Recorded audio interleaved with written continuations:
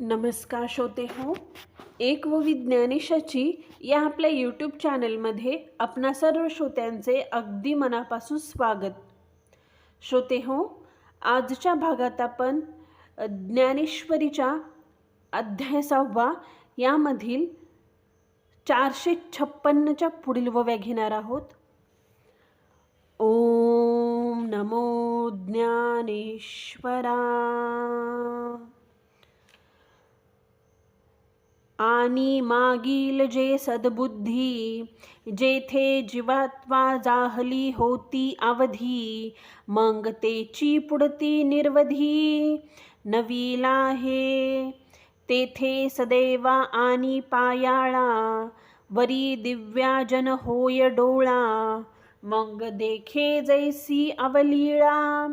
पाताळ धने तैसे दुर्भेद जे अभिप्राय, का गुरुगम्य हा न ठाय. तेथे सौरसे विन जाय, बुद्धी तयाची बळेया इंद्रिया येती मना. मन एकवटे पावना, पवन सहजे गगना मिळोची लागे. ऐसे नेनो काय आपसे, तया तेची कीजे अभ्यासे. समाधी घरपुसे मानसाचे, जानिजे योग पिठींचा भैरवू. काय हा आरंभरंभेचा गौरवू, की वैराग्य सिद्धीचा अनुभवू. रूपा आला हा संसारू उमानी ते माप, का अष्टांग सामाग्रीचे द्वीप. जैसे परिमळेची धरी जे रूप, चंदनाचे तैसा संतोषाचा काय घडिला. की सिद्धी भांडाराहुनी काढिला, दिसे तेने माने रूढला. साधक दंशे जे वर्ष शंताची कोडी, जन्म सहस्त्रांची या आडी. लघिता पातला धडी आत्मसिद्धीची, म्हणूनी साधन जात आघवे. अनुसरे तया स्वभावे, मग आयतिया बैसे रानिवे. विवेकांचिया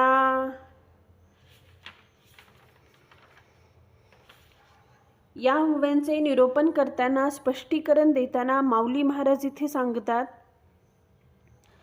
मागील जन्माच्या शेवटी त्याच्याजवळ जी सद्बुद्धी होती तीच त्याला या जन्मी नव्याने प्राप्त होते. एखादा भाग्यवान मनुष्य पायाळू असून त्याच्या डोळ्यात दिव्याजन घातल्यावर जसे त्याला पाताळातील गुप्तधन दिसते, अगदी त्याचप्रमाणे जो दुर्बुद्ध तत्वविचार की ज्याचे गुरुशिवाय ज्ञान होत नाही, ते फार श्रम न करता त्याची बुद्धी जाणू शकते.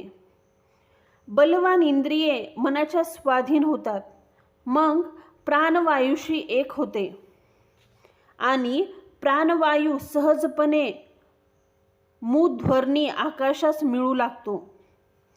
असा अभ्यास त्याला प्रयत्नाशिवाय सहजपणे येतो व समाधी त्याच्या मनाचे घर विचारित येते.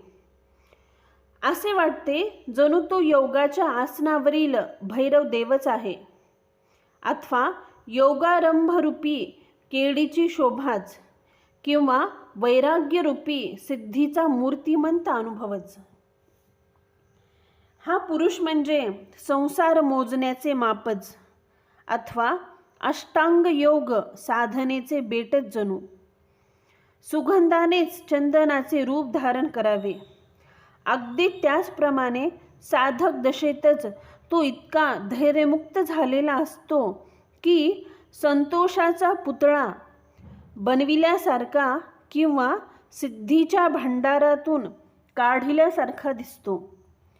कारण कोट्यावधी वर्षांनी हजारो जन्माचे उल्लंघन करून तो आत्मसिद्धीच्या किनाऱ्याला येऊन पोहोचलेला असतो.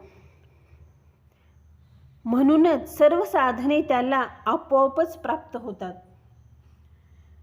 मग तो सहजच विवेकाच्या राज्यावर आसनस्थ होतो.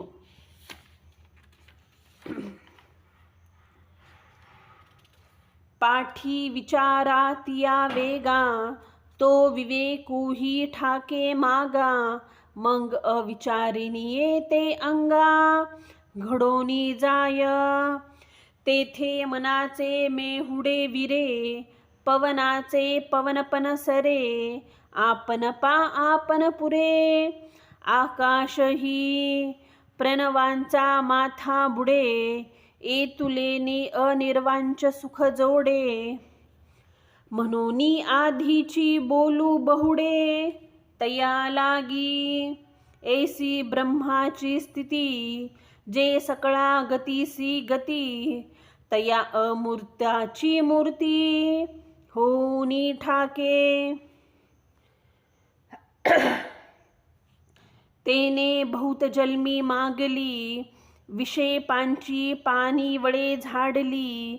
म्हणूनी उपजत खेळ बुडाली, लग्न घटिका आणि तद प्रतेसी लग्न. लागूनी ठेले अभिन्न, जैसे लोपले अभ्र गगन. होनी ठाके तैसे विश्व जेथे होये, मागुते जेथे लया जाये. ते विद्यमानेची देहे, जाहले ते गा. जया लाभाचिया आशा, करोनी धैर्य बाहूचा भरवसा. घालित षटकर्मांचा धारसा, कर्मनिष्ठ काजिये एक वस्तू लागी. बानोनी ज्ञानाची वज्रांगी, झुंजत प्रपंचेशी समरंगी. ज्ञानियागा अथवा निलागे निसरडा, तपोदुर्गांचा आडकडा. झोंबती तपया चाडा, जयाचिया जे भजतिया भज्ये. याज्ञिकांचे याज्ये, एवं जे पूज्य सकळ सदा. नंतर विवेक मागे राहतो आणि अविचारणीय असे जे ब्रह्म ते तो स्वतःच होतो. तिथे त्याच्या मनाचे ढग नाहीसे होतात, प्राणवायूचे हलने बंद होते व तो आपल्याच ठिकाणी चिदाकाशात लीन होतो. ओंकाराच्या अर्थमात्रेत लीन होऊन त्याला अवर्णनीय सुख प्राप्त होते. म्हणून त्या ठिकाणी बोलणेच बंद होते. मग सगळ्या गतींना गती देणारी जी ब्रह्मस्थिती, त्या निराकार स्थितीचे तो रूपच बनून राहतो. त्याने मागील जन्मात विक्षेपरूपी केर कचरा काढून टाकला, म्हणून या जन्मी त्याची लग्न घटिका बुडते आणि तद पतेशी शुभ लग्न होऊन तो अभिन्नत्व पावतो.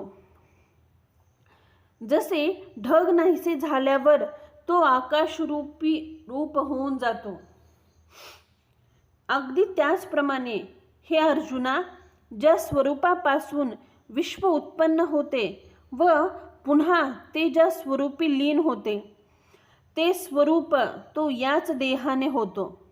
ज्या लाभाच्या आशेने कर्मनिष्ठ पुरुष आपल्या धैर्यरूप बाहुबलांच्या भरवशावर कर्म मार्गाच्या प्रवाहात उडी घालतात, किंवा ज्या एका वस्तूसाठी हे ज्ञानी पुरुष हे ज्ञानरूपी कवच धारण करून रणक्षेत्रात प्रपंच शत्रूशी लढतात, अथवा ज्याच्या प्राप्तीसाठी तपस्वी लोक निसरड्या व निराश्रिताशा तपोरूप पर्वताच्या तुटलेल्या कड्यावरून प्रवास करतात. जे भजन करणाऱ्याच्या भजनाचे अधिष्ठान, यज्ञ करणाऱ्याचा यज्ञीय विषय, अशा प्रकारे सर्वांस पूज्य. श्रोते हो, इथे आपल्या ज्ञानेश्वरीच्या अध्याय 6 यामधील 477 ओव्या पूर्ण झालेल्या आहेत. झालेली सेवा मी सद्गुरू ज्ञानेश्वर माऊली यांच्या चरणी समर्पित करते. व्हिडिओ आवडल्यास प्लीज चॅनलला लाईक, शेअर आणि सबस्क्राईब जरूर करा. व्हिडिओ कसा वाटला हे कमेंट करून जरूर कळवा. धन्यवाद. ओम नमो ज्ञानेश्वराय.